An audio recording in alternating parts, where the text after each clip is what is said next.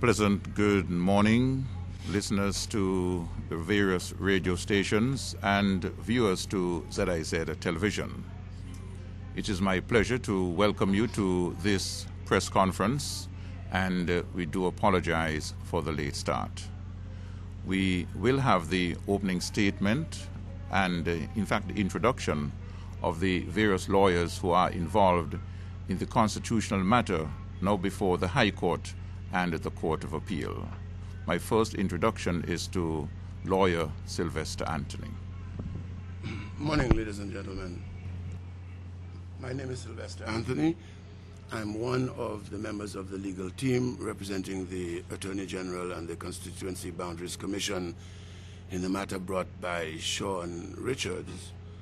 And in the matter brought by Sean Richards and Lindsay Grant, the same team represents the Attorney General and the Constituency Boundaries Commission, as well as the Governor General, the Electoral Commission, and the Supervisor of Elections, who have been added in that second matter.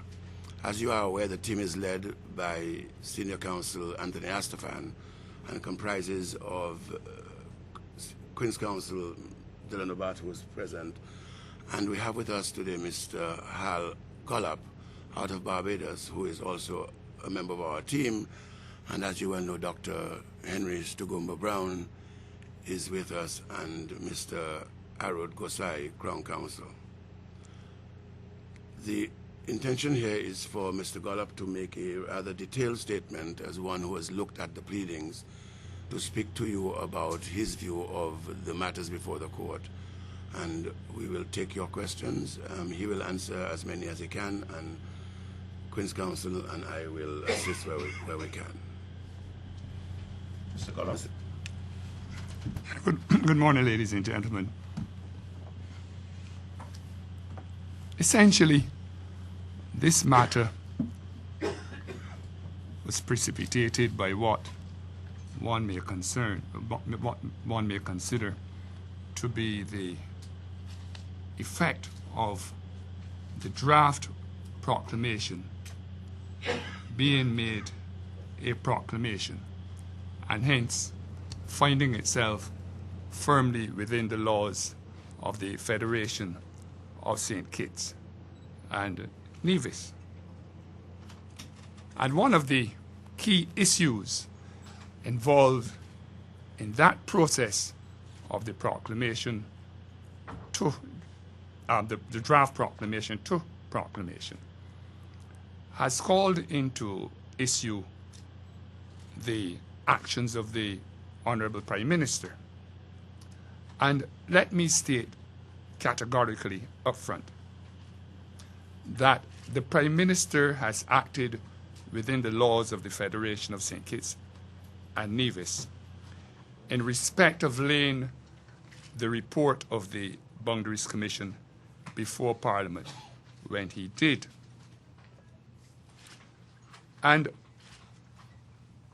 to understand this clearly, we should have a look at the chronology of the events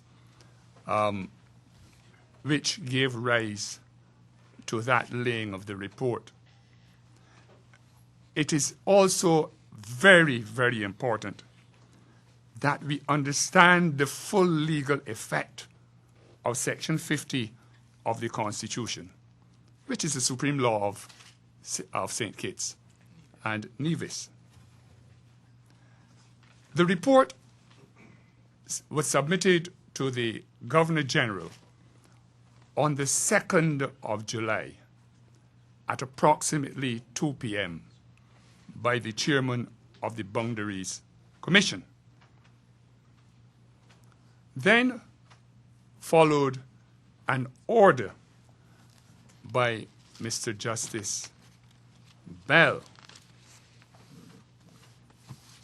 And the order sought to prevent the report reaching the Governor General. Now, it is important that you understand fully some of the content of that order. Clause B of the order describes it as an order restraining the fourth and fifth respondents, and they are the Governor General and the Attorney General,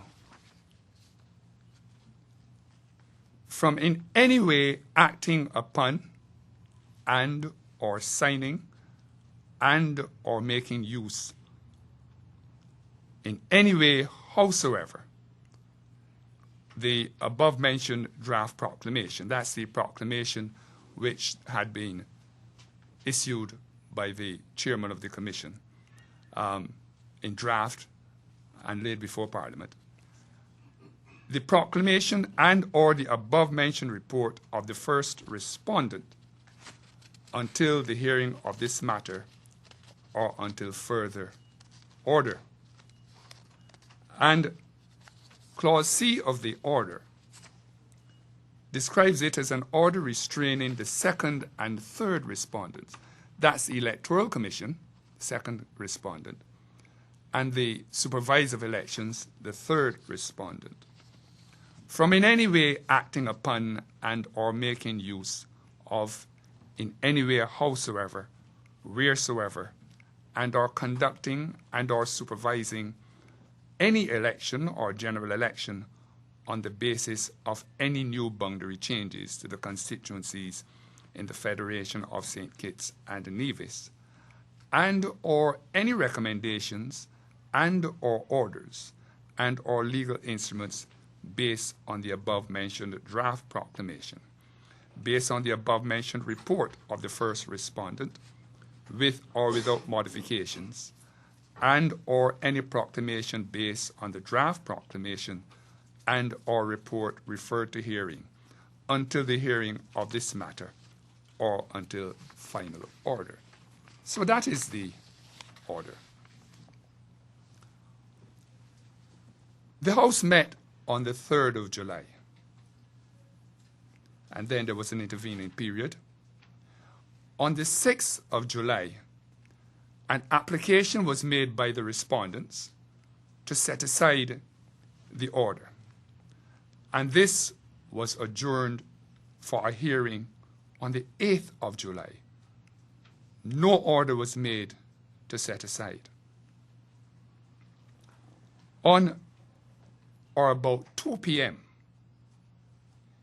it was indicated to the court by Dr. Brown, counsel for the respondents, that an application was being sought to facilitate the attendance of certain persons who were present in the court hearing and involved in the court hearing to an emergency sitting of the House. And those persons involved were Mr. Sean Richards, MP, the Attorney General, the Honorable Attorney General, and Mr. Cedric Liburd, MP. The adjournment was granted until the 13th of July at 10:30 p.m. 10:30 a.m., sorry, 10:30 a.m. The Prime Minister laid the draft proclamation in the House in accordance with Section 53 of the Constitution.